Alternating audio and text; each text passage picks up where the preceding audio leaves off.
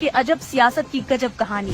पहले वकील, उसके बाद राज्यसभा सांसद, फिर हाईकोर्ट जज, उसके बाद रिटायरमेंट, उसके बाद फिर से सुप्रीम कोर्ट जज, इसके बाद लोकसभा चुनाव में कांग्रेस प्रत्याशी और आखिर में फिर से राज्यसभा सांसद। इस अनोखे नेता का नाम है बहरूल इस्लाम। भारत की राजनीति में आपको शायद ही ऐसा कोई उदाहरण मिले। अभिनेता से नेता, कलाकार से नेता, समाज सेवी से नेता, एक्टिविस्ट से नेता, वकील से नेता, सियासत में ये सब तो आम बात है। लेकिन आपने शायद ही सुना हो कि कोई सांसद इस्तीफा देकर सुप्रीम कोर्ट का जज बना हो। लेकिन कांग्रेस के दौर में देश ने ये भी देखा था। इंदिरा गांधी ने पहले एक वकील को कांग्रेस सांसद बनाया, फिर सांसद से जज, जज से सुप्रीम कोर्ट का जज, वापस इस्तीफा दिलाकर चुनाव लड़ाया और फिर से सांसद बनाया। जस्टिस बहरूल इस्लाम की कहानी ऐसी ही है जिसकी कोई दूसरी मिसाल नहीं मिलती। 1951 में बहरूल इस्लाम ने असम के उच्च न्यायालय में वकालत शुरू की। 1956 में वो कांग्रेस में शामिल हुए। 1962 में कांग्रेस ने बहरूल इस्लाम को राज्यसभा में सांसद बनाकर भेजा। राज्यसभा का सदस्य रहते हुए उन्होंने असम विधानसभा के लिए 1967 में चुनाव लड़ा। हालांकि उसमें उनकी हार हुई। उसके बाद कांग्रेस ने उन्हें 1968 में दोबारा राज्यसभा भेजा। 1969 में जब कांग्रेस का विभाजन हुआ तो वो इंदिरा गांधी वाले गुट की तरफ गए। 1972 में उन्होंने राज्यसभा से इस्तीफा दे दिया और गुवाहाटी हाईकोर्ट के जज बने। हाईकोर्ट के मुख्य जज से रिटायर होने के बाद 1 मार्च 1980 को वो फिर से सक्रिय राजनीति में चले आए। 9 महीने के रिटायरमेंट के बाद वो सुप्रीम कोर्ट के जज बने।